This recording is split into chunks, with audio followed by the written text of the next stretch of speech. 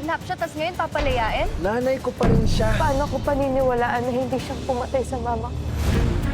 Magkasama namang nagpipinta sila Irene at Snoop sa bar nila na tinanong pa ng dalaga kung bakit sila pa ang gumagawa ng bagay na yun dahil pwede naman silang magbayad ng ibang tao para doon na pinaliwanag naman ni Snoop na iba pa din kapag may ambag sila sa negosyo nila na kapag nagpagod na sila ay pwede naman silang tumawag ng tutulong.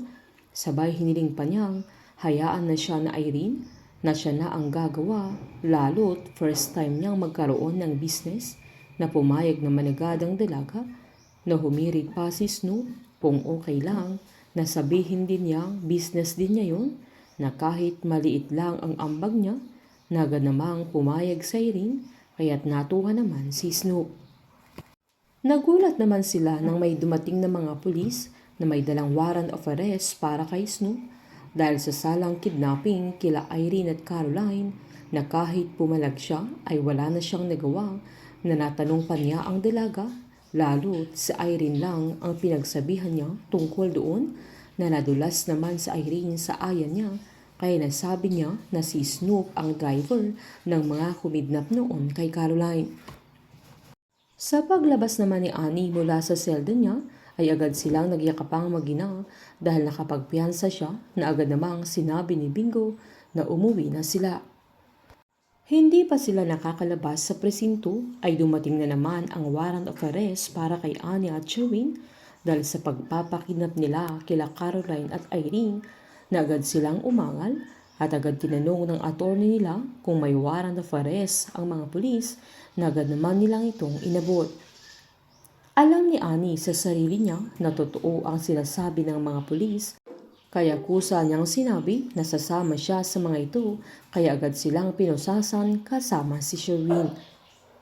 Habang pinuntahan naman ni Bingo si Mang Balong sa presinto at pagkalabas niya sa selda ay agad niyang sinugod na sinabihan niyang bawiin ng matanda ang sinabi niya tungkol sa nanay niya na dinamay niya sa pangingidnap kila Caroline at Irene na agad namang sinabi ni Mang Balong na hindi niya babawiin ang lahat ng sinabi niya kaya sinumbat ni Bingo na walang kinalaman ng nanay niya pero sinumbat naman ni Mang Balong na yun ang akala ng binata. Sabay sinabi niyang si Annie ang mastermind ng lahat pero sinigawan siya ng binata na sinungaling siya kaya sinabihan siya ni Mang Balong na buksan ni Bingo ang mga mata niya dahil masamang tao ang nanay niya. Sabay sinabi pa niyang bilog ang mundo dahil siya naman ang lalaya at si Annie ang mabubulok sa bilangguan. Mas lalong na-stress si Bingo nang dumating sa police station si Snoop na nakaposas na hindi niya magawang tulungan ng kaibigan niya na nakiusap pa si Snoop kay Bingo na ayaw niyang makulong. Patong-patong na ang problemang kinakaharap ni Bingo sa mga sandaling yan na hindi niya alam kung papaano niya lulusutan.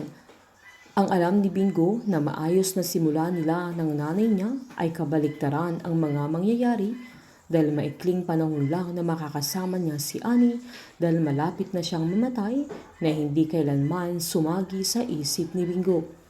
Habang matutuklasan nila Caroline at Bingo na mulat sa pool ay nagtataksil si Cindy kay Wilson na walang ibang dahilan ng mga problemang kinakaharap nila kundi sila Cindy at Gina. Painit ng painit ang mga tagpo, sabay-sabay po nating subaybayan ang advance episode at ang nalalapit na pagtatapos ng Can't Buy Me Love dito po sa aking channel. Patuloy lamang pong manood at mag-subscribe para ma-update po kayo sa mga susunod na episode. Marami pong salamat.